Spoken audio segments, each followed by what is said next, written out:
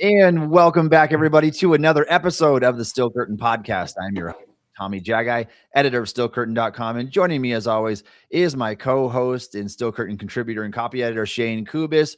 We are going to give you our Steelers free agency primer today, as we are just a few days from the start of the 2026 free agency period.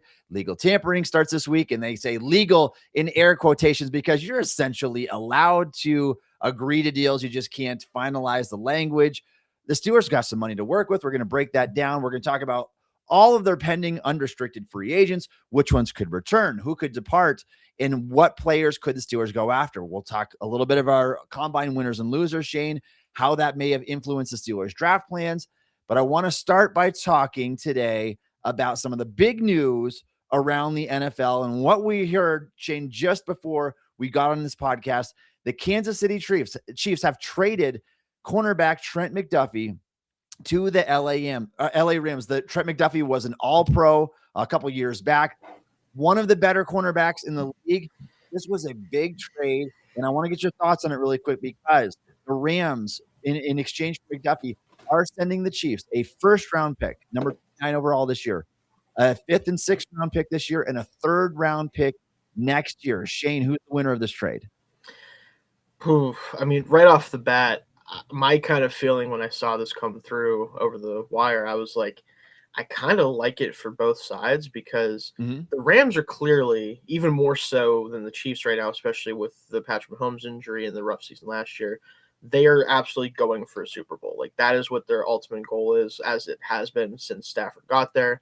But especially now that Stafford is only getting older, as great as he was last year, MVP, how many more shots added do you have, right? Like, that's probably their thinking. And I think giving up 29 when they only have that extra first-round pick at 13 now with the Falcons, they have the ability to give up a first-round pick and not even really lose that much ultimately in value. And a couple, later picks. I think it's a good value for McDuffie because of how good he can be, especially in a defense that he's going to where they were able to make a lot of good things happen without very good defensive back talent. You add someone like him into that, should be able to really help that secondary out. And then for the Chiefs, you weren't going to pay him the $30 million a year he's probably about to get from the Rams. Like, you weren't going to pay that. So why not just take all these picks, try to get some cheaper talent so that way you can afford to pay some of the guys coming up for contracts next couple of years. So all in all, I think it's a good deal for both sides. I'd probably lean the Chiefs just because corner can be a little bit iffy depending on, obviously it gets a little bit older and age and just the system he's going to. Because Spags has done a really good job with coaching up the secondary. Steve Spagnuolo there at the DC spot. But I do believe the Rams can do the same thing. So I'm kind of in the middle on that one.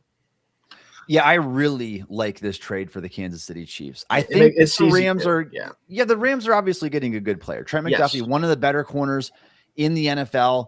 Is he that top tier premium Pat Surtain 2 type of corner? I don't think he's in that category because he's got more limitations. He's not a bad athlete, but you're talking about a sub 5'11" corner with 29-inch arms and a 72-inch wingspan, has 3 career interceptions in 4 seasons. Not that that's everything, but he's going from a really well-coached Steve Spagnuolo defense to the Rams. I still think he's going to be a really good player. I still think the Rams are getting a good cornerback, and they still have Chris Shula there. So why not go in for now? But for the Chiefs, you unloaded this player who you were going to have to pay $30 million per season to keep him around. And they're in a big financial bind. So they got to get rid of a player who is about to be one of the most expensive players on their entire roster, maybe the second most expensive player on their roster, and get a ton of draft capital in the process. These trades in recent years don't seem like they've worked out from the receiving end so far. We saw Sauce Gardner get traded for 2 first-round picks last year. Right now, it looks like the Jets hosed the Colts in the trade, but Sauce got injured, and it's so early to say that. I think you should only do it if you are a team like the Rams and you're a contender. So I think that this trade could be a win for both sides, but the Rams are the team that has to stomach the double gut punch of, I'm giving you top draft capital and I'm turning around to pay you elite dollar, kind of like the Steelers did for DK Metcalf, a trade that we were not very fond of. Now, I think McDuffie is a better player in respect to his position. Yeah. So this is the Steelers podcast. We don't want to linger on it too long, but I think that at least goes to show you wherein lies the value for maybe like a Joey Porter Jr., who doesn't have the resume in terms of the all-pro status that McDuffie has, but is an ascending player at his position. And I mean, these guys are in high demand. Everybody needs cornerbacks. So you can see why the Rams paid so much there. News that is almost as big, Shayne, at least bigger and pertaining to the Steelers potentially, is that the Cardinals are set to release quarterback Kyler Murray. He will not be part of the plan for new head coach Mike LaFleur in Arizona. Murray will become a free agent. And I think what's interesting about this is there's such a wide array of a scope of kind of where he could go and what he could get paid. And Mike Florio, a Pro Football Talk, Shayne, threw it out there that he thinks it's possible Murray could sign for the veteran minimum, $1.3 million on a one-year deal, because the Cardinals already have to pay him $36.8 million this year. It'd be so similar to what we saw with Russell Wilson in 2024. Wilson was getting a crap ton of money by Denver just to not be on their roster. Same with Murray. And in that year, Russell Wilson ended up signing with the Steelers, $1.2 million for the 2024 season. Should the Steelers pursue something like that, Shayne, especially if we're talking vet minimum contract for Kyler? I think this is a very interesting conversation to have because, and a lot of teams around the league are going to have it, with Kyler Murray at this point, we know how good he has been in the past as someone who was able to get paid what he got paid, was able to be really for a couple different seasons, at least for, the first 10, 11 games. Usually they would start to falter down the stretch, but he would start the first 10, 11 games of a season back in like 2021, 2022, I think it was, primarily being like an MVP candidate halfway through the season. Like, this is a guy who has put up numbers, who has looked really good in this league. But I do think, obviously, he's lost a lot of his luster past couple of years between injuries and ineffectiveness.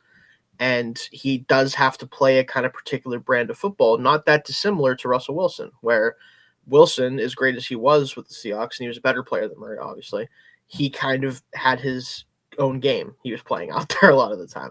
And I think with Murray, that would be similar. And I don't know how good of a fit he would be with a lot of offenses, but at $1.3 million, like, there is no doubt in my mind that the upside with him is much higher than an Aaron Rodgers or even a Daniel Jones probably at this point outside of the Colts offense, right? Or Joe Flacco, insert veteran quarterback here. Like, the upside is much higher with him. And the floor is at least maybe a little bit higher than like a Malik Willis, who we haven't seen play a lot of football, right? So I think for that price tag, a lot of teams should be in on this. With the Steelers, I just don't know if him and Mike McCarthy would make a lot of sense. That's the biggest thing. Yeah. And I get it from a fit standpoint. I feel like it would be really tempting, though, at that price for a talented quarterback. Who cares if it doesn't work? He costs nothing. Yeah. Exactly. Yeah. And some of you listening might be asking, well, why would he sign for that when the quarterback market is through the roof and everybody needs a quarterback? And we're talking about Malik Willis potentially going for $30 million. It's a fair question. And it's because he's going to get so much money anyway that he may rather prefer having the ideal situation so he can earn another big payday. Like, he's not going to want to go to a bad organization for potentially more money for maybe $10 million and blow his chances of getting another huge deal. He's 28 years old. He's going to be 29 for the 2026 season.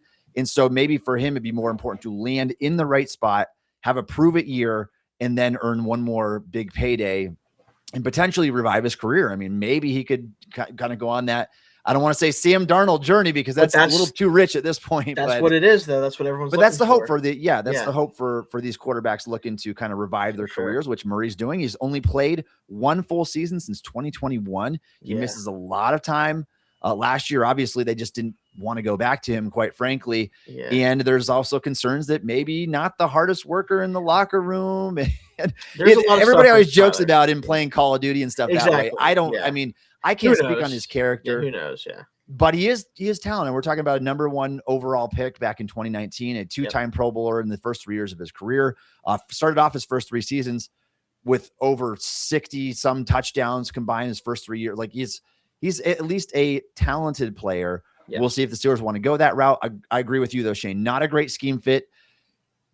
Quite frankly, the dude can't see over the line of scrimmage. I mean, at 5'9" and change, like, you can't do it. Yeah, he has to play a certain brand of foot, and I think that won't age particularly great as part of the problem too. But I do think, at least with him, before we move on, like, if you bring him in opposed to an Aaron Rodgers or someone else, more of a like grizzled veteran type that can run the offense. If you want to give yourself a chance to compete and also have an out if like it's not working and you want to see what Will Howard can do or something like that, if you pay Kyler Murray $1.3 million and he's bad for 6 weeks, you can just bench him. Yeah. Like you're not benching Aaron Rodgers though if he comes. Like I don't see that as an option, frankly. Like they're not going to do that to him probably, but they would be willing to do it for Kyler Murray probably if he's bad. So that also plays into a little bit of like if you want a cheaper option that you can also justify moving on from quickly, he would make a lot of sense here with any team that's in that position. So. Yeah, I think fans should be intrigued by it. Just considering the utter lack of quarterback talent on the market. Why not consider somebody, especially at that price tag? And for what it's worth, if the Steelers signed Kyler Murray for the veteran minimum, the $1.3 million for the 2026 season, as Florio thinks could happen, not necessarily to the Steelers, but for a team out there, he would be the 28th highest paid player on the Steelers next year. Even Christian Kuntz, the long snapper, would make more than Kyler Murray for Pittsburgh, for Pittsburgh's cap purposes. Speaking of Aaron Rodgers, nothing yet to report. However, when is this timeline? Are we going to hear something? And Shayne, as of today, we're recording this show. Rodgers is going to go on Pat McAfee. We'll see if he has anything important to say. Yeah, this is the thing is I will say there is a small chance that when this show comes out, we have heard something of note from Aaron Rodgers about this. Now, I don't think he's going to announce whether he's coming back. I don't think he's going to talk a ton about like the specifics of anything. He tends not to do that. We know how his McAfee appearances and his media appearances go. I assume we're not going to get anything groundbreaking. But as of right now, again, when we're recording this, nothing really of note that we don't already know about the Aaron Rodgers situation. It kind of seems like the last thing we've heard, as far as I remember, is that it's probably the Steelers or nothing. We know the Steelers want him. We don't know whether he wants to come back or not. But that's kind of the stalemate we're at right now. Yeah, and the one thing we do know is that Omar Khan seemed pretty adamant that he was not going to give Rodgers as long as he had to make a decision. That's a big deal last year. But again, it very much feels like Khan and the Steelers are putting all their eggs in this Aaron Rodgers basket to see how it turns out. And for whatever reason, Shayne, they're leaving the decision up to him. In a $1 billion business, they're leaving the decision up to a 42-year-old quarterback, which I think is very unwise. Yeah. But they do need to make that decision very soon because you need to know which direction you want to go. And I think that needs to start as early as free agency, just in case you want to move into a different direction. Are you going to go with Will Howard next year? Are you going to want to have something a little bit more stable than that? Free agency is just days away. And so I do think it's important to have that decision. We will see what happens with this.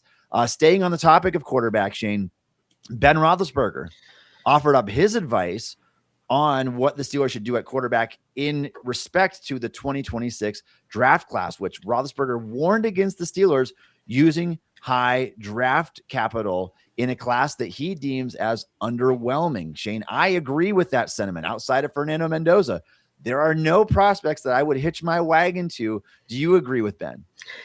As much as it pains me to do so, because lately and just in general, it's been a little bit of a slippery slope to agree with Ben on much of anything. He is spot on, I think, in this scenario. I think there's been talk about Ty Simpson at 21. I know people think that it's possible. I certainly hope that it's not, because as much as I think Simpson could go in the first round somewhere, I just don't think he's the type of prospect that you take at 21 with the hope of him being your franchise quarterback. I just don't believe that. Yeah. Some team might. I don't want that team to be the Steelers. And then beyond that, there's a couple day 2 dart throw types that you could target, and I think it would be fine. But none of them are guys that I'm like, oh, you have to take a chance on this guy in the second or third round, or you have to come away with X, Y, and Z. Like, I just don't think that's one of those classes. And that's kind of Ben's point is like, don't invest capital into a quarterback class that almost assuredly is going to be much worse next year. It's just based on the numbers alone, like with the amount of guys who went back last year. So I think he's absolutely spot on. I think if they do target a quarterback, it should be on day 3 late as just like a true dart throw and not even someone that you think could necessarily be the guy, but just someone to add to the room, especially if you go with like a Will Howard, Mason Rudolph combo for next year for the most part. Something like that. It would make a lot of sense. So. Yeah, absolutely. I mean, I don't see the sense of overdrafting a quarterback as badly as you need one. It's just not a very good class. And I kind of feel about Ty Simpson the way that I did about Jackson Dart last year, where it's like, no, I wouldn't take him in the middle of the first round. But for a team that's desperate enough, you want to jump back into the late in the first round at pick 30, 31, whatever, and just take a flyer right there and see what you can get. And then you get the benefit of the 5th-year option. Whatever, that's fine. Not for me. Like I'm not there. I'm not there with him. I have my quarterback grades, but we'll do that at a later date. Yes, we'll talk. Let's talk a little bit about Brian Thomas Jr. here, Shayne, who has popped up in some rumors as of late. And this isn't the first time. And usually where there's smoke, there's fire. We've heard about this. It makes sense because since being drafted, the Jaguars have a new coach, new GM, new direction, quite frankly. They traded for Jacoby Myers last year. They have Travis Hunter, who's still going to be doing some receiver stuff. Brian Thomas could be out in Jacksonville. And it's a matter of what is a team willing to trade for him? Will a team go as high as a 2nd-round pick, considering the rookie season that he had there? I know that last year wasn't the same.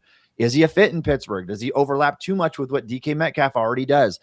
I think that these are fair questions for a team like the Steelers, who, whether you like it or not, they need to rebuild in a sense. They're not ready to win right now, but Brian Thomas is young and he's in receiver talent is hard to come by. Are you interested in this at all, Shayne?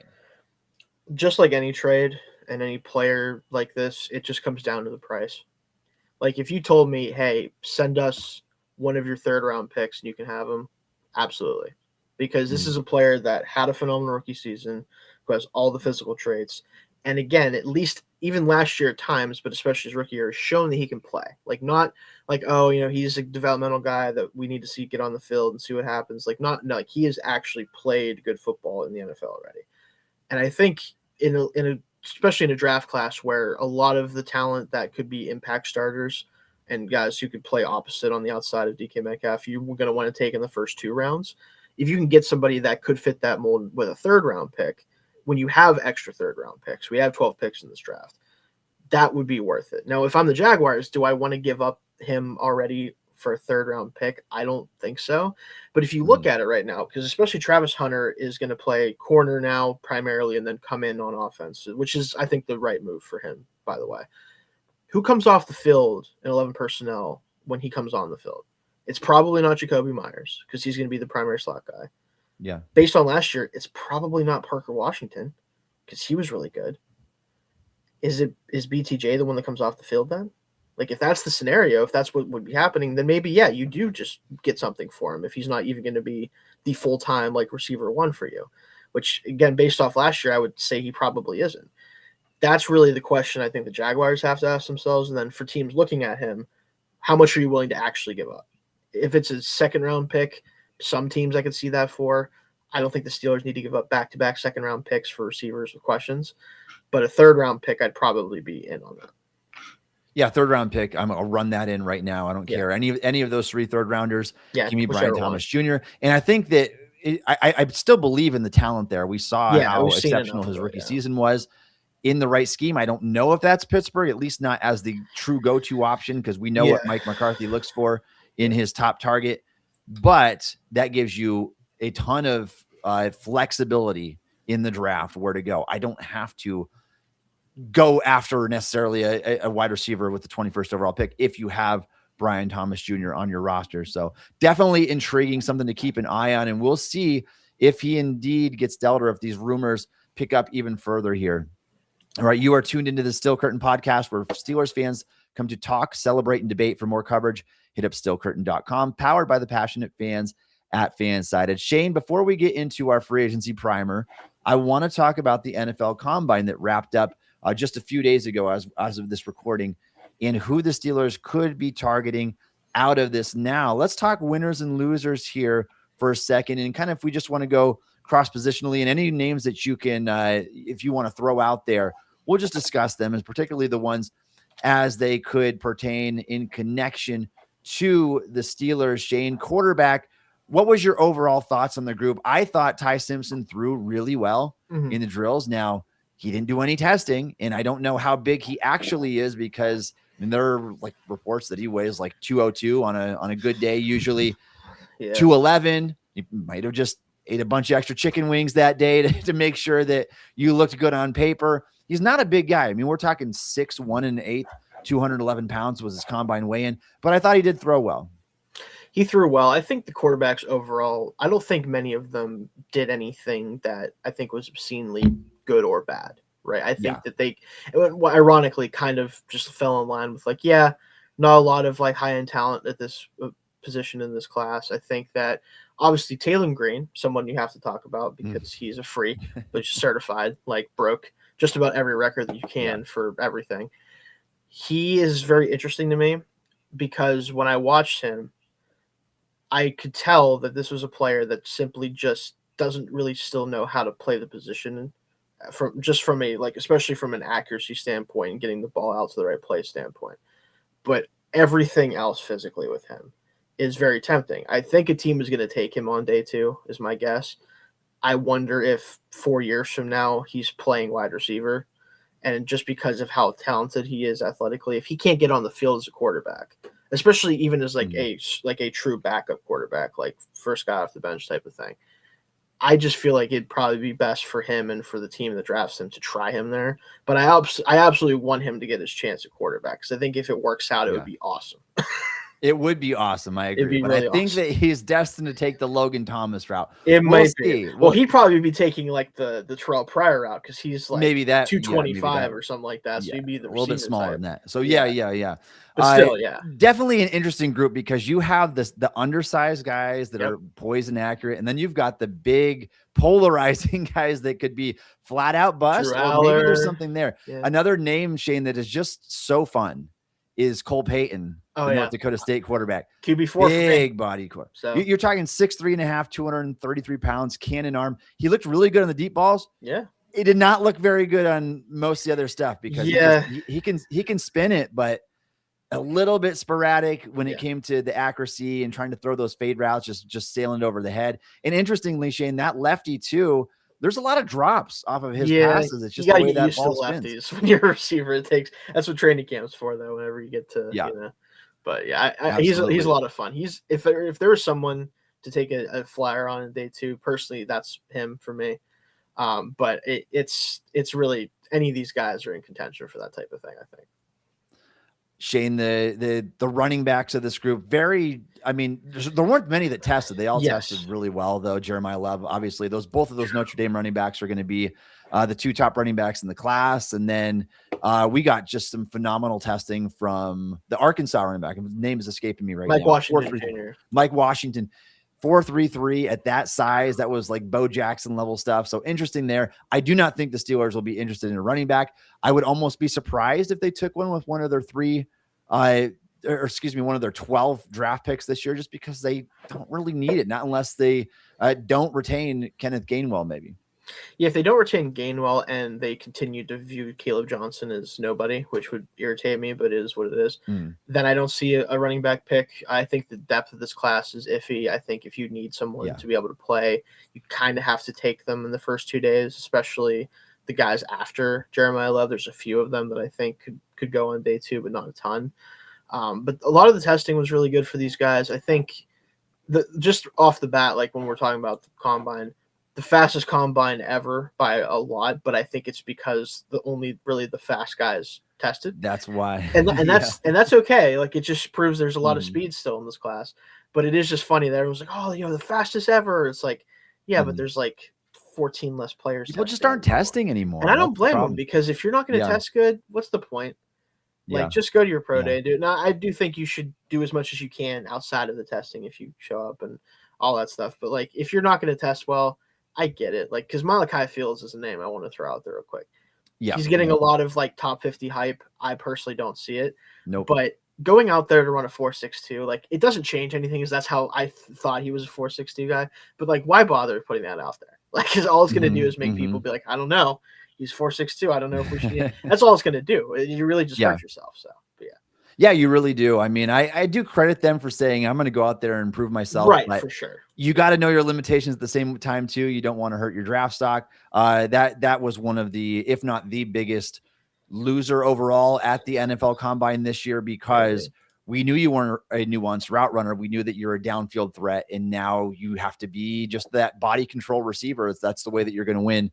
You opened yourself up to that and removed all doubt, you are not very fast. So the other receivers, though, Shayne, some interesting testing numbers. There's been a lot of debate, even with Adam Schefter, when it comes to the 40 time for Carnell Tate, the Ohio State wide receiver. Yeah. Who really cares at the end of the day? I mean, whether it's a 4.48 or a 4.52 or 3, he's not a burner, but he's still a really good receiver with great hands. Yes. I just think he's going to win. I think he's going to win at the NFL level. He's a glider. To me, my comp for him is T. Higgins with more juice. And guess what? T. Higgins ran a 4.59, so he is a little bit more juice. Like that's fair. Yeah, that is totally like, you know what I mean? If that's who you think he is, you don't care that he ran a 4. It doesn't matter anyway. Like obviously, like you don't want to shortchange a guy if he actually ran faster or whatever. And Adam Schefter can send as many screenshots of text messages as he wants, and Mike Florio can cry about. Like, who cares? But it is funny when they hum and haw about this. Like, it's just he's not a burner anyway. It doesn't matter. He's fine. Someone's going to take him very early. We don't have to fight about it. But it is funny when that happens. Yeah, there were a lot of receivers that tested pretty well here at the combine, and so it definitely Jordan Tyson didn't help his status by not participating. He did throw up 26 reps on the bench, which is the second all time quietly for the wide receiver position. If you watch him do it though, raising his back off the bench, and so technically they could have caught him for that. I think the dude is strong either way, and the frame came in good. I mean, you're talking just over 6'2", 203 pounds, solid frame. What Mike McCarthy looks for is right up that wheelhouse, but never played a full college season, and so that's going to scare some teams away. Will he be available there? I think that's one who could potentially slip further than what we initially anticipated. Mekhi Lemon's the other of that top group of 3 that I have there, Shayne, a guy that didn't necessarily help himself at the combine. I thought he looked smooth going through drills, but I mean, a couple of those, there's a lot of just speculation out there with him maybe not listening during the drills, and we don't want to paint it a certain way, but and then his combine media sessions, people were kind of knocking doing the entire. I don't know. Hey, receivers are weird. I'm just gonna throw that out to everyone. Weird, a lot of the best receivers on the planet Earth are absolutely insane people. Okay, I don't know what it is about that position that you have to be a little bit crazy, but almost all of them are a little crazy. Sometimes they're crazy and they put it into their work ethic. Sometimes they're crazy and they do that stuff. Sometimes they're crazy and they're Antonio Brown. Very, very much all over the place when it comes to like the how they're crazy and why they're crazy, but they almost always are. So I wouldn't put a ton of stock into it. Yeah, but no other testing for Lemon, so we didn't see numbers there, but I don't think teams are concerned about his football ability for sure. Yeah, I don't think so. A guy that I think it flew up the radar, and I was already kind of climbing that, Shayne, prior to the combine, is Omar Cooper Jr., the Indiana wide receiver. And I think, Shayne, and we said this, I think, last show, but this is a name that you better expect to see often in Steelers mock drafts leading up to the NFL draft, and I would not be shocked one little bit if he ends up being the pick at 21 for Pittsburgh. And I'll tell you what, as someone who thought he was high on him when he ranked him 6th among wide receivers like a month and a half ago, I was wrong about that. I'm actually maybe lower than some people on him now. No, but I think if he was to pick at 21, especially if you do add like a BTJ or someone else, that would be an awesome wide receiver room. And you don't necessarily have to do that, but I think if you did, like, he would be everything that McCarthy typically likes in that, like, prototypical inside-outside receiver for him. I really think so. Like, if we're looking for the best fit, that might actually be a better fit than a lot of the other guys that have been named there. Like Denzel Boston, kind of not souring on him, but I'm wondering if maybe he should be more of like a top of the second round type of player to me. I still love Casey Concepcion, but like, he's also maybe not quite as physical and able to do some of the things that McCarthy would like that player to do. I would not hate it, and I wouldn't be surprised if he's in contention, like you said, for pick 21. Yeah, Shayne, you know my draft strategy: best players, most important positions. Yep. I don't know if Cooper's going to feel like an on-value pick for me. It might feel like a little bit of a reach there, just because of, and when you get into all the factors, we can dive into that later. We'll have lots of time to talk about the draft, but I think it's a solid receiver group nonetheless. You mentioned Boston. I think he may have hurt his status a little bit there. Came in saying he was going to do everything, didn't do all the testing. And then in the drills, I don't think he was as sharp in and out of his breaks as the other receivers were when he was going back to back. It's hard when you're going like next to his Zachariah Branch, who's just that much more agile with the snap movements than he is. but that's to be expected with bigger wide receivers. So not completely anything unexpected there. Running through some of these other positions, Kenyon Sadiq is an absolute freak, as evidenced by him being on the freaks list.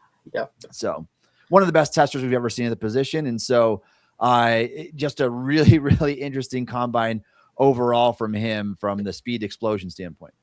Yeah, I mean, the tight ends did pretty well. I think that Stowers obviously did a bunch of unbelievable stuff in the jumps and ran a really good 40. Like, I made the argument, and I wonder if he's going to go too high for this to be justifiable now, but I have Stowers as more of like a third-round player to me. If the Steelers really like Jonnu Smith still for some reason, why not just cut Jonnu Smith and draft this guy and just have him do the literal same thing? Like, that's what I would do if you really are committed to having this weird, like, slot tight end / like just move guy on your offense. This would just be better than that. But the tight end spot I imagine isn't going to be getting any picks, or if they do, it's going to be a low one. So, I don't even want to talk about John. I know. We'll get here to a free agency preview in just a little bit. Offensive line, Shayne, definitely some guys who very interesting. I mean, the top offensive line prospect, Francis Maioga, didn't do much of anything here.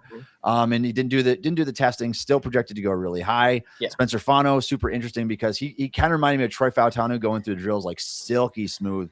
Really, really good athlete, but came in with 32 and 1/8 inch arm. So that could drop him. I don't think teams are going to view him as a true tackle. Some teams are already talking about him at center. He took snaps there too at the combine. I want to cool the Jets on that a little bit because I watched his tape and he did end up as tackle 1 for me in my preliminary watch. I think he moves well enough that you could justify keeping him at tackle. I don't think he absolutely has to move inside. And the other problem, and this is something a lot of people do without realizing, like, it makes sense in the short term, but then you think about it longer. His biggest problem to me is handling power.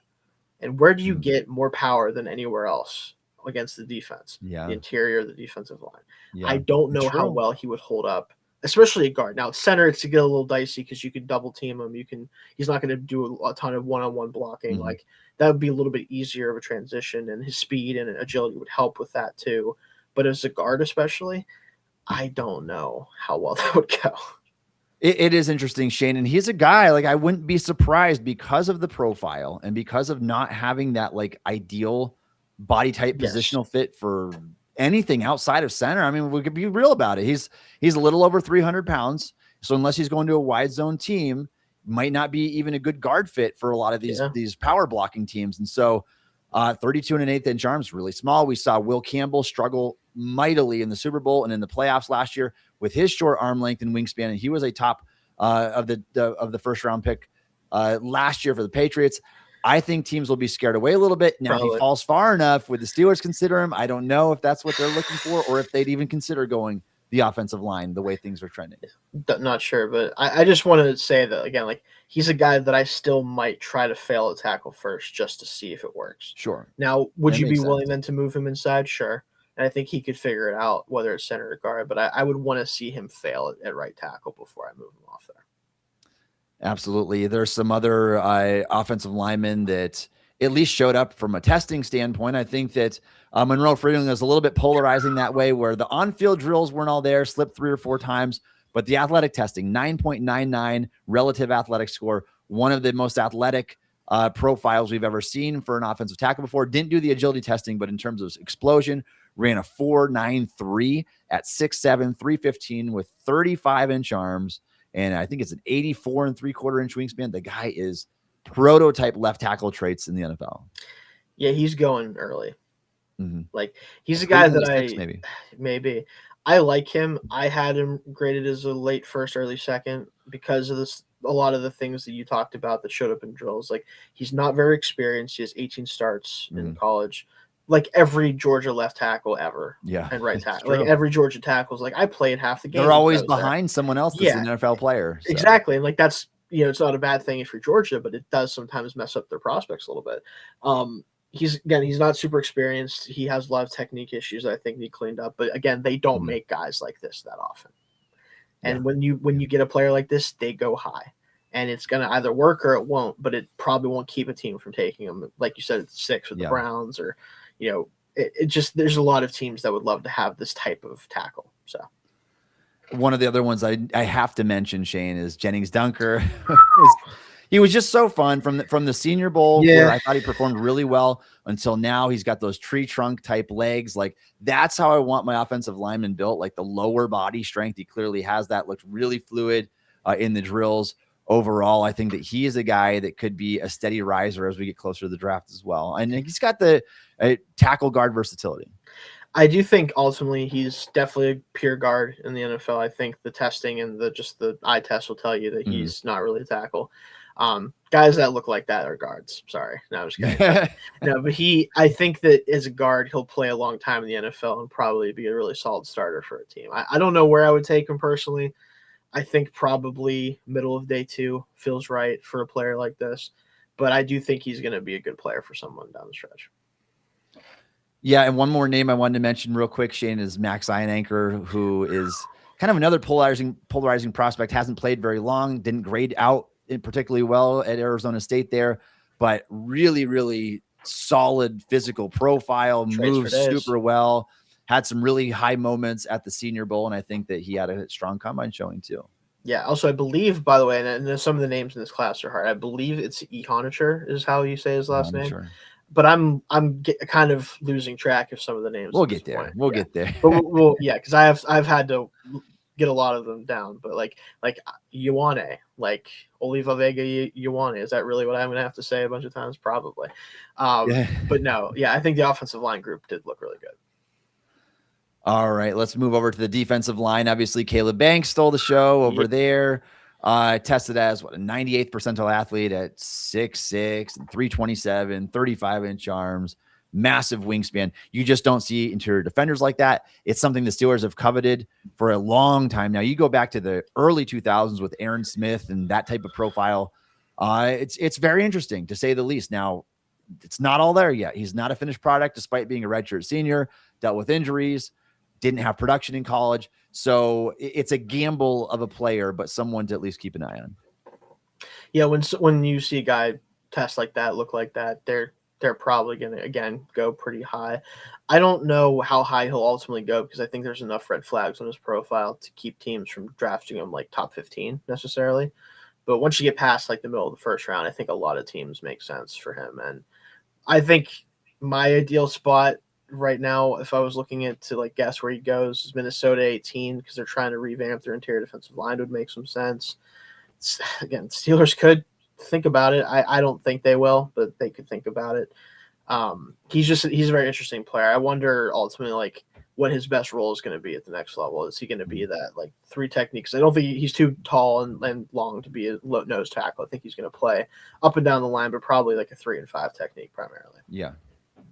The next 3 interior defenders, Shayne, at least on most big boards, Caden McDonald, Peter Woods, Lee Hunter. I think these guys all hurt their status here at the combine. And it's not a great group, so they could end up going. They could all end up being first rounders anyway. At the end of the day, Lee Hunter, a 21.5-inch vertical. I mean, non-explosive athlete, not very explosive in terms of that. Caden McDonald looked clunky, I thought, during the drills. Peter Woods came in with a very small frame at the combine, and just kind of what's going on with him, because he was a guy that was huge in 2024 and then lost a bunch of weight and didn't perform as well. And so just a kind of a wonky all over the place group at defensive tackle.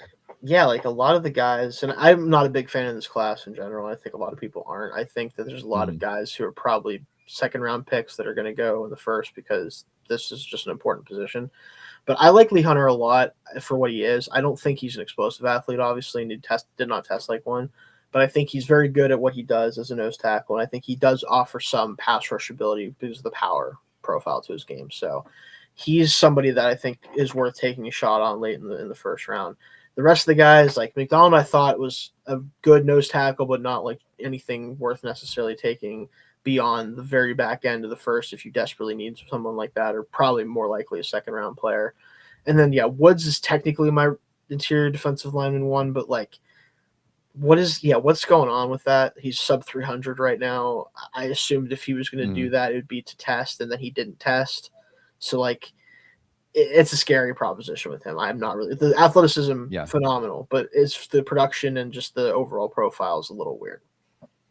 Shayne, edge rushers, Ruben Bain came in and with 30 and 7/8 arms, and I don't even care because he's so stinking good. Simply don't care, by the way. No. Yep. David Bailey, I thought looked a little bit stiff. I'm trying to go through some of the names here. Yeah. And Malachi Lawrence helped himself the most, I feel like. I need to watch him because I didn't get a chance to watch him yet. His film is awesome. His film is solid. And he kind of reminds me of David Bailey, not as productive, but I think a bendier version of that player, but a lesser prospect version. Right. Gotcha. So. Yeah, I'm excited to watch him, but the edge rushers tested pretty good too. So let's go to linebacker and the star of the combine, Sonny Styles. I don't know. We could go a long time again before seeing a profile quite like this. What we saw with him at 6'5" and 245-ish pounds and just blowing the doors off the combine with his athletic traits and just everything he's able to do. I think he's going to go really high this year, and he probably should. I mean, he's one of the best prospects overall in this class. As someone who's about to watch linebackers this week, I am ecstatic to be doing so. This linebacker class, from a testing perspective, the combine, from what I've heard, looks awesome. I'm really excited to watch Sonny Styles play. I think there's a chance that this is a top 5 pick at linebacker, which is something that just doesn't really happen anymore when it's a off-ball linebacker. But we also, depending on how you view Arvo Reese, might get 2 of those guys in the top 5 in this class because it's just one of those years. But Styles especially again, they simply don't ever make them like this, actually. Like, not even close to this usually. Yeah, and Reese looked phenomenal in the on-field drills as well with that movement ability and flexibility. Let's talk about the cornerback position briefly here. The top guys, Shayne, not testing, not doing much. Jermon McCoy, so concerning. We're over 450 days since his last football action here. Is he going to fall until late in the first round, out of the first round entirely? Somebody's going to gamble on it at some point. He's a 20-year-old who had an awesome 2024 season. Could he be on the Steelers' radar at 21? I think he could be, but I think it's the longer we go without seeing him play football, the bigger injury risk there is. He's got to participate at his pro day. Avion Terrell, a guy that's firmly on Steelers' radar, if he's there, I think at pick 21. And if they decide not to go the receiver route, he checks a ton of boxes that they look for. Not the biggest cornerback, but he's an underclassman. He's 21 years old. He's got the family pedigree. He's got really good film. So another one that I think that could be right there. Any other thoughts on that group, Shayne? There's some guys that I think could be really interesting day 2 targets, especially the kids out of Washington. Tacario Davis and Ephesians Prysock, they both tested way better than guys their size should be testing. Like, they looked really good. Now, they're obviously going to be stiffer than a lot of the other smaller corners, but the ability to play, like, have catch-up speed and the ability to just kind of suffocate receivers with their size, like, they could be, and I'm excited to watch them more in depth too. Like, they could be guys that would be really fun targets to play opposite Joey, like on day 2 or day 3 with some of those guys. Yeah, Shayne, and if you're okay with a bite-sized corner, D'Angelo Pons, his film is so awesome, and then he goes and tests. All I'm saying is, if the NFL doesn't draft him in the top 50, they're wrong. I'm sorry. I don't care. I agree. Yeah. Like, I mean, if you guys like it. If you like Mike Sanders still coming out, like, you should really like Pons. Younger, way more explosive slot corner who is very small, but I think he's going to be good. If he can stay healthy, he's going to be good. Safeties, Shayne.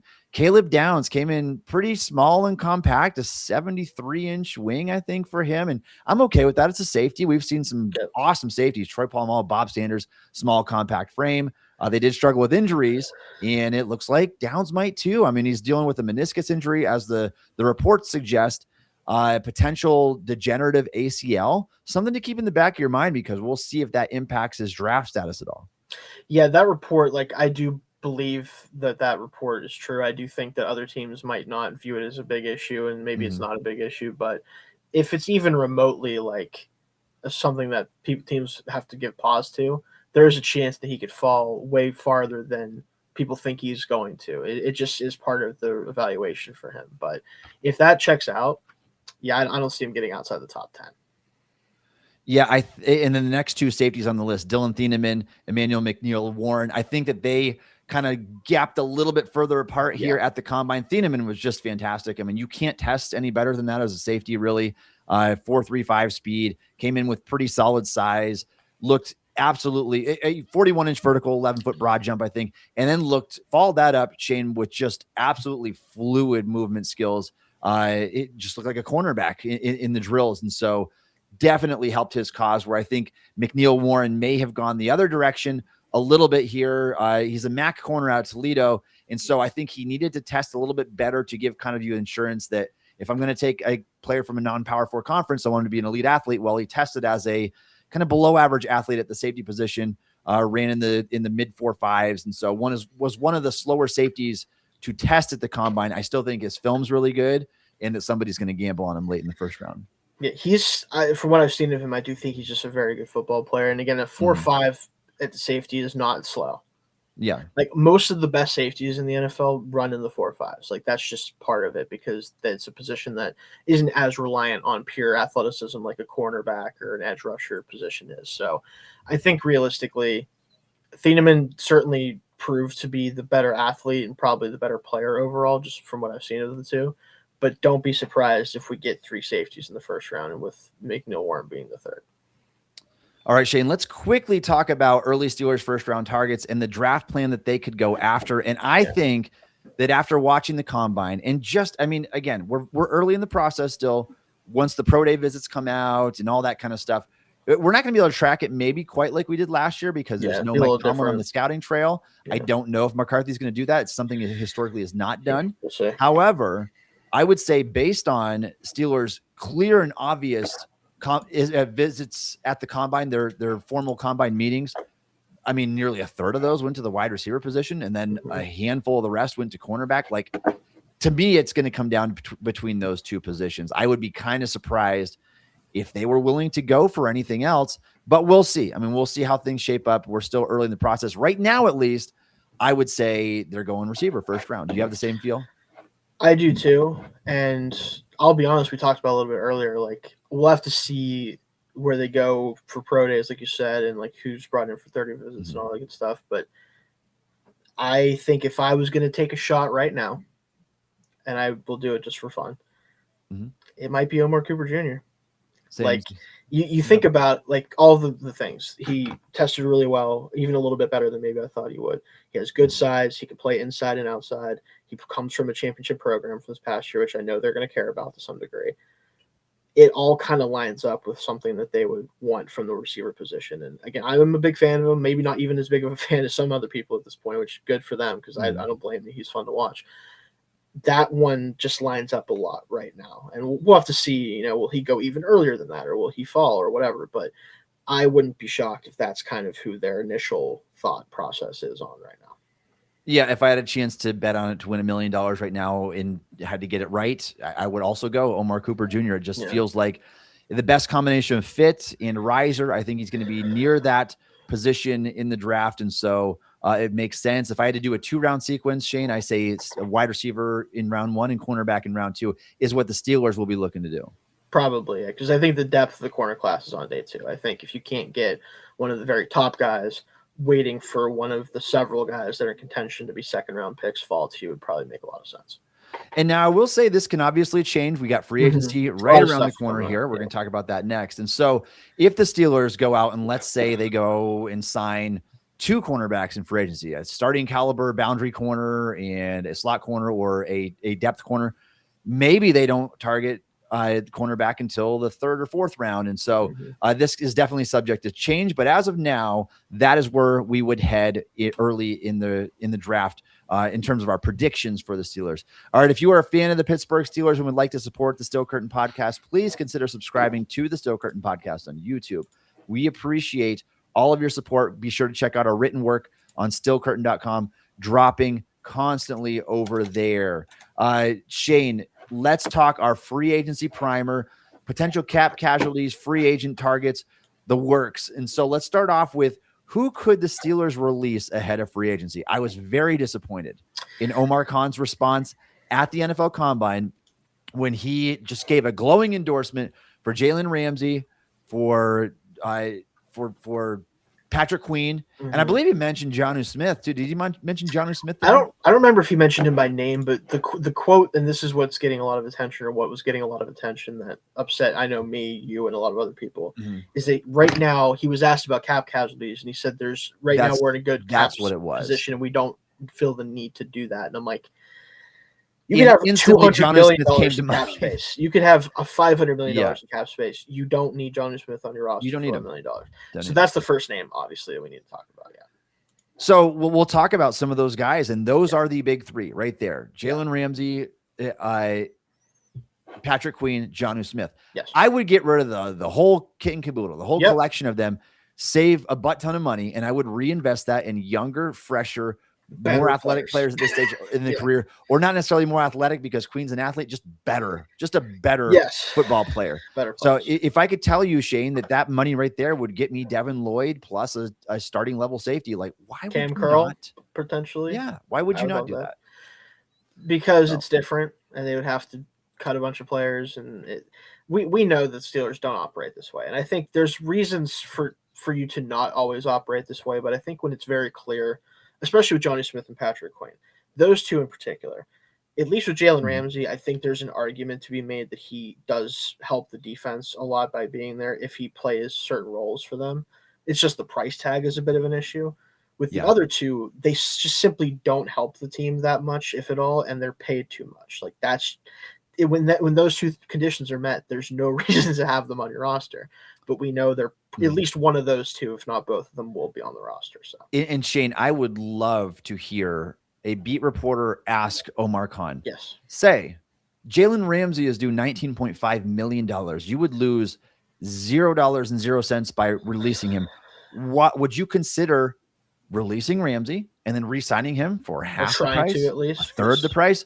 You can get it for half the price. I have zero doubt. I mean, if you can't get it for half the price, kudos to whoever's willing to pay him that much money, because I don't think that he's worth it at this stage of his career. He's only going to get slower. We've seen this song and dance before. We saw it with Patrick Peterson a few years back. It's not that he's bad, but it's trending in that direction. And I think that's the problem is you need more speed. You need a youth infusion in the secondary. There is no reason not to release him and sign him back, because you don't lose $1 of dead money. You can get him back for $6, $7, $8 million cheaper than his current deal. What's stopping you from doing that? I don't get not taking that gamble and saying, well, if somebody else wants to poach him from us, by all means, go ahead and do it. I'll spend that nearly $20 million on a younger player in the secondary. That's the point. Like, because a lot of people would say, and we talked about this before, like, well, if you cut him, he's not going to want to sign back with you. It's like, maybe he won't, but then I just don't care then. Like, it's the problem is not that, like, I don't want Jalen Ramsey at all. It's that I'm not going to pay him what he's getting paid. So if he wants to go somewhere else, or just out of spite, even if it's not money at that point, then go ahead. That's okay.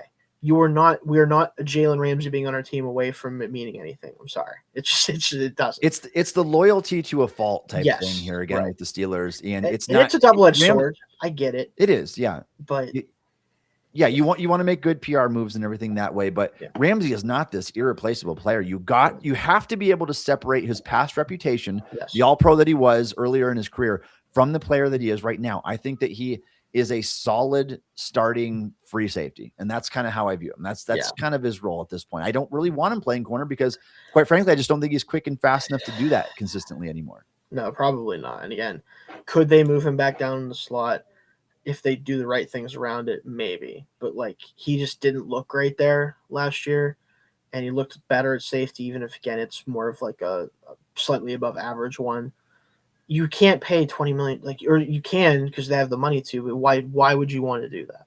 Like, why? What's the point in doing that for a player that's only probably going to get worse? Like you said, this is not someone who I expect to suddenly be awesome at safety. Like, I think maybe there's a chance that playing it longer and having more experience at it, he'll improve some of the things, but his athleticism is going to wane more and more. So, yeah.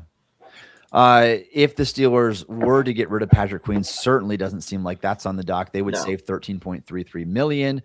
Khan talked about how he is excited about Queen, wants him around for the following season. I don't know if he watched the same film that we did, Shayne, and I don't know if Khan is watching other football teams and seeing what linebacker play is supposed to look like. But it doesn't look like what Queen offered this past year when he allowed 74 catches for 860 yards and 5 touchdowns and 114 pass rating and missed 20.4% of the tackles he attempted, or missed every fourth tackle. I think that Queen had a really bad year with only a couple of good games mixed in, and I see zero reason not to take that $13.3 million and reinvest it into a better linebacker in free agency. Yeah, I would rather pay Leo Chenal $13 million than Patrick Queen $13 million, frankly. Like, well, even then, Queen's getting 17, it would just save us 13. But Chenal's only projected $6 million on the open. Right, he wouldn't even cost as much, but I would still rather pay him the same amount of money, because if you want someone who really is a specialist at attacking the run and flying downhill and doing that type of stuff, Chenal is actually good at that. And he also is probably a more effective coverage player in certain situations too than Queen is, just because he doesn't have as bad instincts as he does in coverage. It just, again, this is one of those situations where you tried to invest in linebacker, you brought in Peyton Wilson. Neither thing is working out as well as you wanted to. With Wilson, I think there's much more of a chance that he bounces back. With Queen, I have no reason to believe that.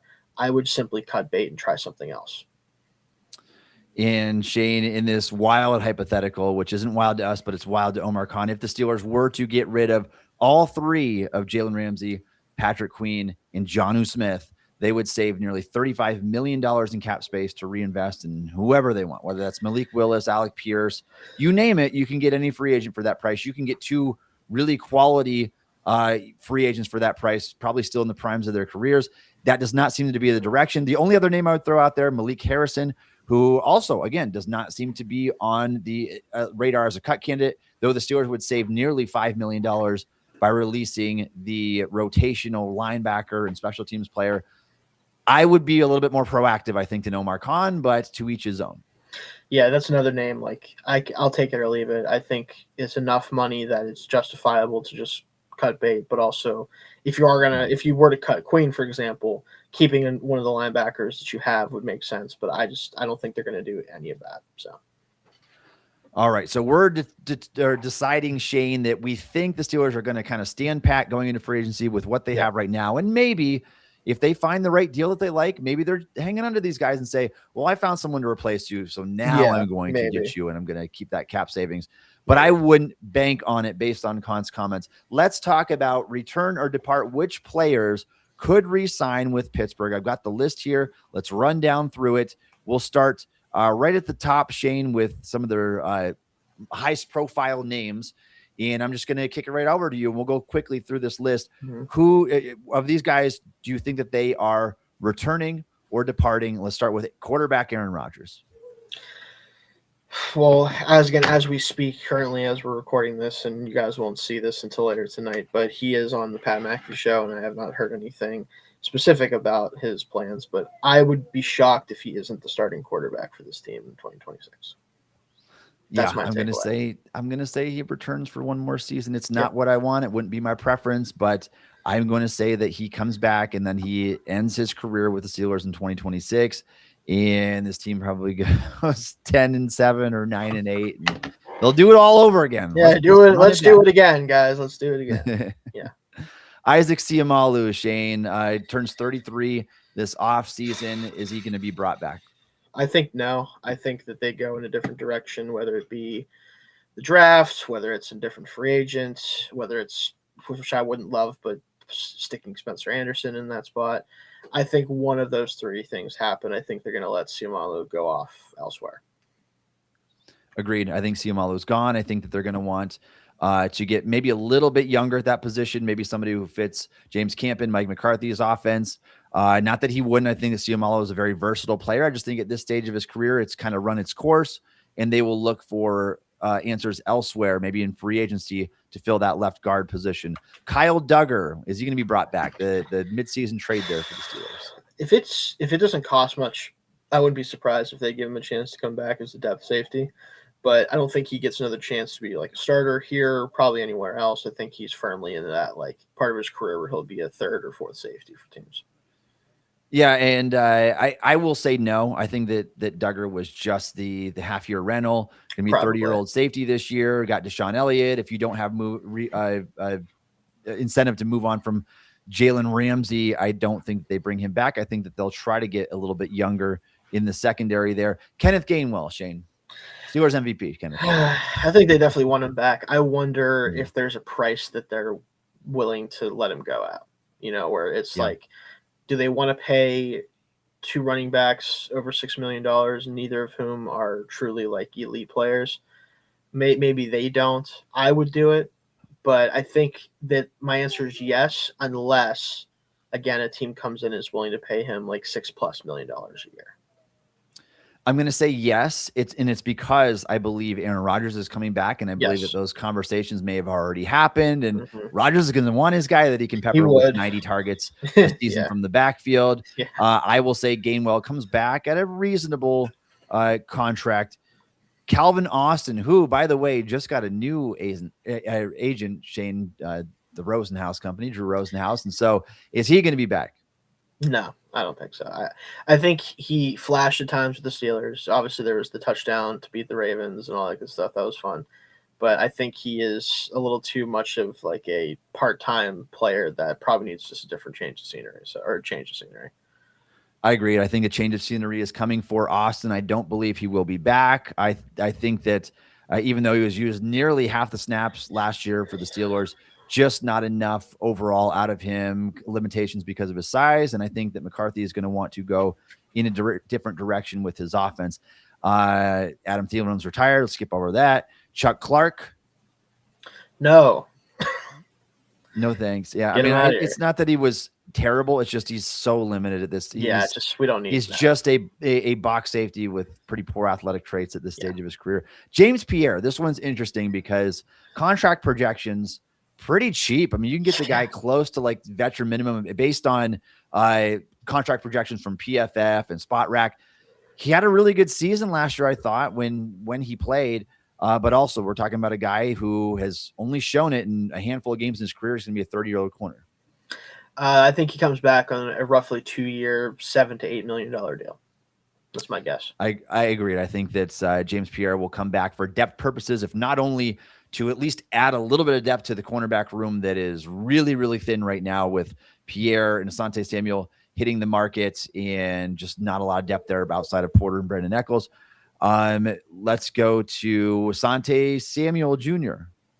Cheap 1-year deal. I think he also might come back because apparently the Steelers are one of the only teams to clear him medically when he was trying to come back last year. And he looked okay in limited snaps. So I think one of those two especially comes back, but I wouldn't be surprised if both come back. I think both could come back. I'm going to go out on a limb and just say that one of the two returns. Maybe that's Samuel, maybe that's Pierre. I'll stick with my original guess of Pierre because that's what I would guess too. And he was able to stay healthy. Marquez Valdes-Scantling. I don't care who the quarterback is. It could be Aaron Rodgers. It could be anyone. No. I had a feeling that was coming. That's a big no for me too. I can't imagine the Steelers having much interest in that. It did not go very well last year in that kind of last-ditch effort to improve the wide receiver room. Corliss Waitman, the Steelers punter. He was fine. I could see them just saying, yeah, it worked fine. We'll bring you back. But they also could be in the market for a better punter. So I'll say I'll just go no, just to change it up. I think that maybe they look elsewhere for a different punter. I think there's going to be punter competition at least this year. Wasn't as impressive this year as he was the previous year. I will say no on that one as well. I think that they might have a new punter by starting next season. Waitman's 31. Punters can punt forever, but I think that they bring in a few punters to kind of compete for that job. Cole Holcomb, who returned from the catastrophic knee injury a couple of years back in, was it 2023? He had that injury. Yeah. And then went on to play 17% of the snaps for the Steelers. He's a tough one because I think if they were to cut like Malik Harrison and then not add anyone else at linebacker in free agency, that they might bring him back just as a depth linebacker. But my guess is he catches on somewhere else as like a third or fourth linebacker for another team. Scotty Miller, veteran wide receiver. Somehow not actually that terrible, I think, last year when he kind of played, but like, no, we don't need any more 30 plus, because I think he's 30 now or something like that. Yeah, we don't need the depth receivers need completely changed out. We need a whole different group in there. So I'll say no. I'll say no to Holcomb, yes to Scotty Miller because I think Aaron Rodgers is I love Scotty. So he'll be on the summer roster. Oh, maybe.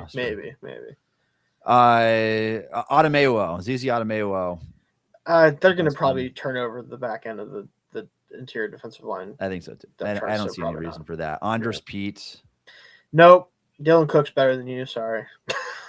Yeah, the only thing I would say there is if like Broderick's truly not ready to go and they just want to bring him back for maybe for depth deal. Yeah, but I probably not until like late and for like maybe right before training camp or something. And I would say no, and I don't think he's a player that would probably end up making the final roster anyhow. Right. Connor Hayward, who has been here since being drafted by the Steelers, they're probably gonna give Connor a deal. One more. Hayward's go out together next year. Why not? Yeah, and honestly.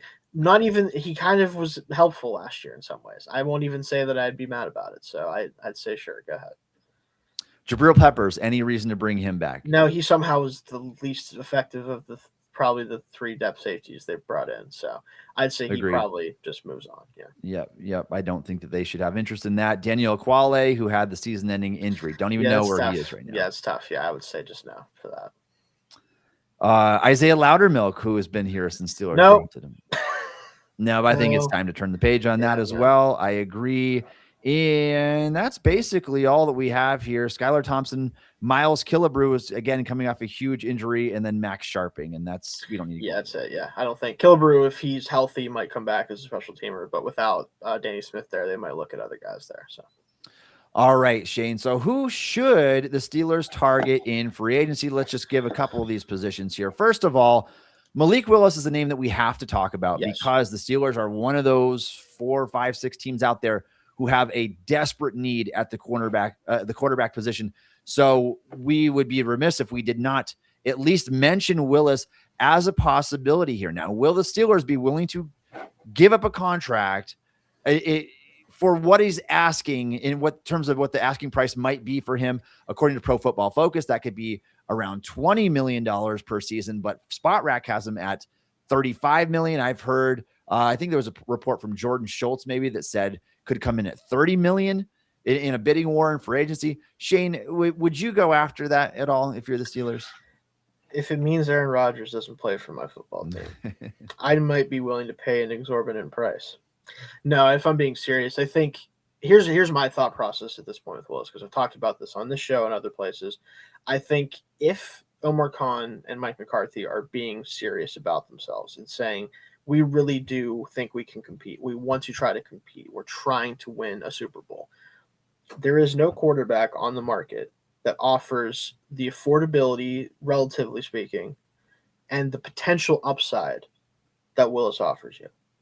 There's no one available to just go out and get that, not in the draft, not in free agency outside of him, that would at least give you the ceiling required to break through the playoff drought. Now, is there a good chance that he can't do it, or that he's not as good of a player as he was with the Packers because he's not with the Packers anymore? Absolutely. And it could end up blowing up in their face in the sense that they wasted, $30+ million. But if they're serious about trying to compete, Aaron Rodgers is not the answer. Insert X other free agent here is not the answer. The draft is not the answer.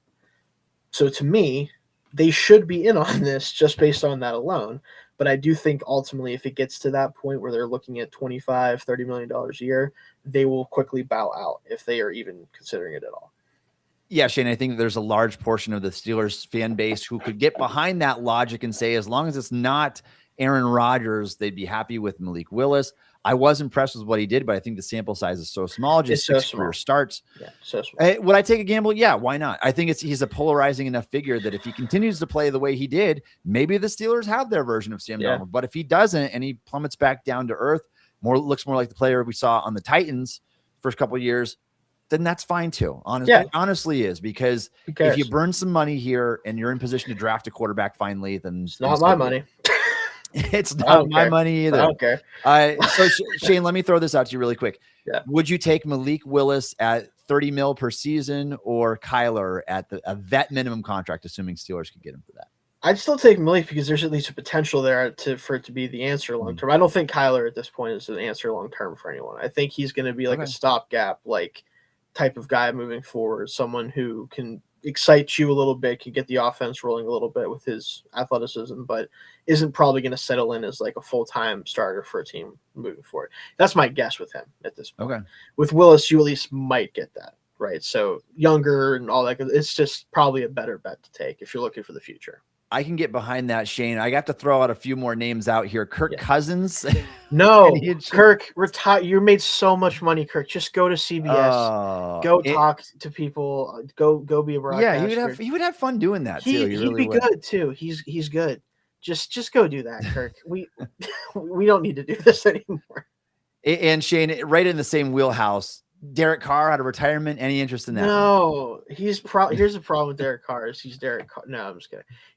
He's probably like, he might be technically better if you're looking at like very best outcomes than like an Aaron Rodgers or someone like that. But he's going to be 34, 35, hasn't played in a year. I just don't know if there's any point in doing that. Yeah, I mean, we got to call it like we see it here.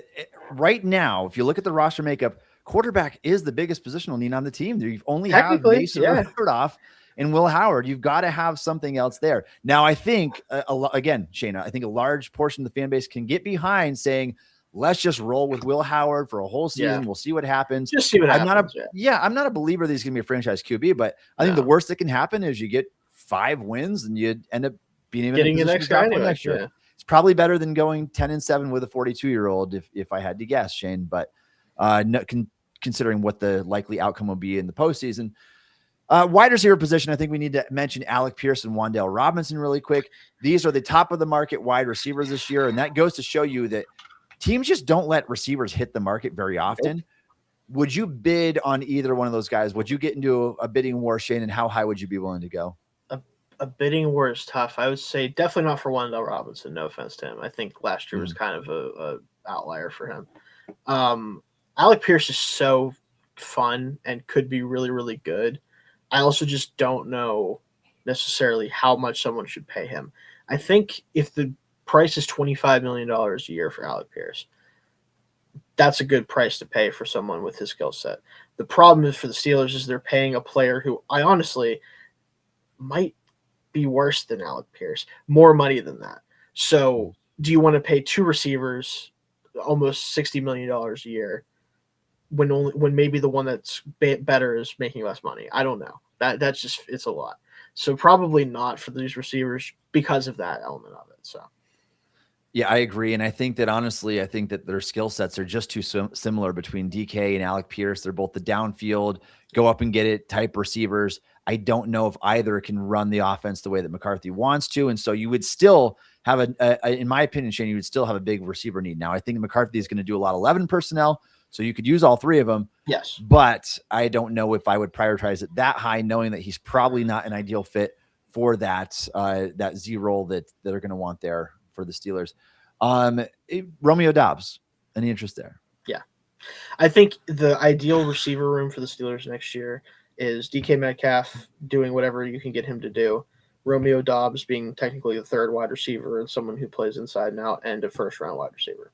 If you have that receiving room, whoever is playing quarterback, especially if it was someone like Will Howard or Malik Willis or someone who needs to prove themselves, I think you could confidently find out if that player can play or not, because that would be a really good receiver room for anyone to have at that point. So at least in compared to what we've had in the past, especially. So I would love Doubs. If you can get him for $15 million or less per year, which I think is possible, that would be a good contract, I think. Shayne, Mike Evans might return to Tampa. I don't know what the deal is there, but between Evans, Deebo Samuel, Juwan Jennings, I've got almost 0 interest between that group. Too old, too banged up, too slow at this stage of their careers. I mean, Juwan Jennings entered the league, I think, run like a 4.74 or something. And that's not how he wins, but still, but it's not how he wins. But I want a youth and athleticism infusion on this team. If you're not getting it with any of those guys, so I don't have much interest in that. No, Mike Evans should just go play for the Bucks or like the Patriots or something and call it a career. Like that's like one of the 2. Yeah, probably so we'll say. Rashid Shaheed, who did some good things with Seattle, obviously last year. But again, I think you are not getting the right type of receiver for the Steelers. Yeah, probably too much of a one-trick pony to pay whatever he's going to get paid. He's probably better off on a different team for what he's going to get paid. And honestly, we probably have already dug down far enough on this list because then you look at guys like DeAndre Hopkins and Jalen Naylor and Keenan Allen and guys I just don't have interest in. Christian Kirk and old slot receivers.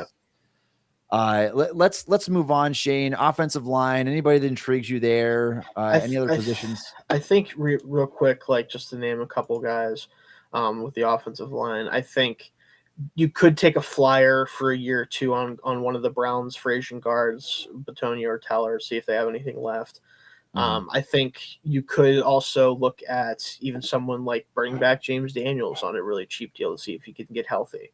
Because when he's healthy, he's really good. He just doesn't get healthy, unfortunately. So if you want to add competition to that spot with Siamala gone, I mean, I don't know how much it's going to cost, but David Edwards from the Bills has been really good past couple of years, especially just last year. He might be a little too expensive, though, for them. But if you want to get a guard that can legitimately start, there's a couple options there. It's just there's some risk with all of them, I think.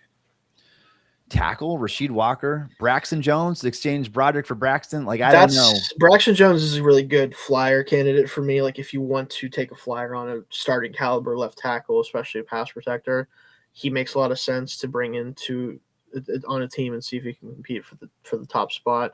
Walker's going to get paid. I mean, if he doesn't get paid as much as Dan Moore got paid, then like I don't know what's going on. So because he's better than Dan Moore, so he's going to get paid too much to really get in that market, I think. All right, Steelers obviously don't need a center, so we can go to the defensive side of the ball. Shayne, would you be looking at adding to your defensive line at all through free agency, or would you strictly do that in the NFL draft? These guys are old. This is an old freaking group here. Calais Campbell is honestly one of the best available, and he will turn 40 this year. I honestly, part of me is like, let's just see what the old guys can do for a year together. That'd be fun. It'd be a funny story, but it's not the direction I want the team to go because I don't think they're serious contenders. But it'd be fun for a year if you truly were in like like you were in an all-in window, like that's fine. This free agent defensive line group does nothing for me. Like the best player is probably John Franklin Myers, and he's not the type of player they probably need. So I don't. Yeah, DJ Reader, but I mean, you're getting he's older. The run plugger yet. We'll skip over edge. Don't really need anything there. I can't see them doing anything with that. Linebacker, Shayne. We talked about what we would do with Patrick Queen and some of the options there. Hey, Devin Bush for Union. There you go. There we go. I don't think he's going to want to do that.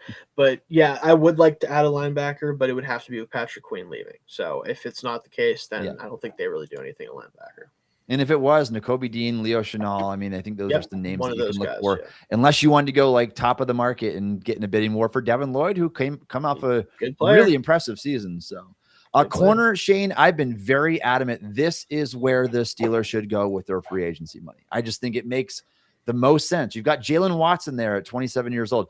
Jamil Dean, I don't know what he's going to do. But yeah, he's up and down. I wouldn't be super interested in that one because he is getting on the older side and he's a little bit stiff. Reek Woolen's out there. You can go and re-sign Sante Samuel, and I think that's very much on the dock as a possibility. I think that there are options here. Nashawn Wright, if you want a long corner that can take the ball away.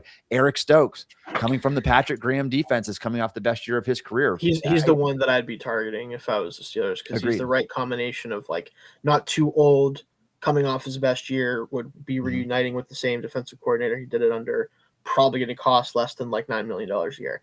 I think that's an awesome combination of things. And I think that would make a lot of sense for them. Yeah, Stokes is a sneaky candidate because I think he had a really awesome season. I think he only gave up like 260 yards and 16 starts last year, graded out the best year of his career. I mean, entering the league for the Packers, he, as a first-round pick, the dude was almost 6'1", 6'2", and ran a 4.31. Like he's an athlete, very athletic player. Yeah. So I would absolutely take a chance on that. His PFF projection, by the way, is just $7 million a year. Like that seems like a reasonable investment for me. And then safety, Shayne, anybody that you would attack at the safety position? Yes, if they were to cut Ramsey or just do something especially, but even maybe if not, if they want to use him and move him around. I like Cameron Curl a lot from the Rams. He's going to be 27 next year. I think he's a really good player. Jaquan Brisker's an injury risk, but he's a really good player too, but he may be a little bit too similar to Deshaun Elliott in terms of play style. There's definitely guys here that you can take a shot on as like kind of Nick Cross is another name. He's going to be 25, I don't even think next year. Really athletic player, but again, maybe still too similar to like a Deshaun Elliott. But there's definitely guys there if they wanted to upgrade the safety depth or find another starter. Yep, Kobe Bryant as well, Super Bowl champion, 26-year-old right now is going to be 27 for the following season. Yeah. And that pretty much brings us to a run through of kind of the top 3 agents the Steelers could target here in just a couple of days. So what is your expected strategy? We talked about the names. Now, what is your strategy that you expect the Steelers to deploy as the legal tampering period opens up here on Tuesday, Shayne? I think they're going to target 1 or 2 $10 million-ish plus players in free agency. Maybe a receiver, maybe a guard, maybe a corner. They're going to look to add a couple guys like that. But then outside of that, whether they get them or not, they're going to be bargain shopping like they typically do, because they're going to want to have cap flexibility. They're going to want to have money to roll over. They like to do that. I wouldn't expect anything groundbreaking. I think maybe the best player that they could potentially be in on would be like a Romeo Doubs or one of the guards. I don't know if you can really expect much beyond that. I agree with you, Shayne. I don't see that blockbuster free agency move happening this year. I think the cap space is reasonable, what you have, but Omar Khan was adamant that he wants to get his players locked up. They had a pretty strong 2023 draft class overall. I think that they would love to be able to get like Darnell Washington on a long-term extension. We'll see if they'll be able to pull it off with Nick Herbig. Obviously, Joey Porter is going to be a priority for them. Keanu Benton might come back on a second contract. So I think that that's going to be the direction that they want to take. They're going to invest there. Obviously, that money doesn't have to come up front. They can go cheap deals in the next couple of years, push the money back into the future, which I fully expect them to do. It's what they do all the time. But I think their philosophy overall is going to be spend relatively cheap in free agency, plug a few of these holes, maybe get either a tackle or a guard, maybe get a corner, maybe get a wide receiver for depth purposes, and then go into the draft with a bit more flexibility, though I think the draft strategy is going to mostly remain unchanged. Me too, for the most part. I think unless they swing and miss on something they really wanted to solve before the draft, I don't think they're going to really impact things too much. All right. This is the Still Curtain podcast premiering Wednesday evenings at 5 p.m. You can check it out. Also check out Josh Orris and Mark Powell's show premiering on Mondays. Thank you for joining us on the show today. You can follow Shayne on X at Shayne Kubas. You can follow me on X at Tommy Jaggi. You can download the Still Curtain podcast wherever you get your podcasts. Also check us out on YouTube. You can ask the Alexa to play the Still Curtain podcast. And thanks again for listening to the Still Curtain podcast.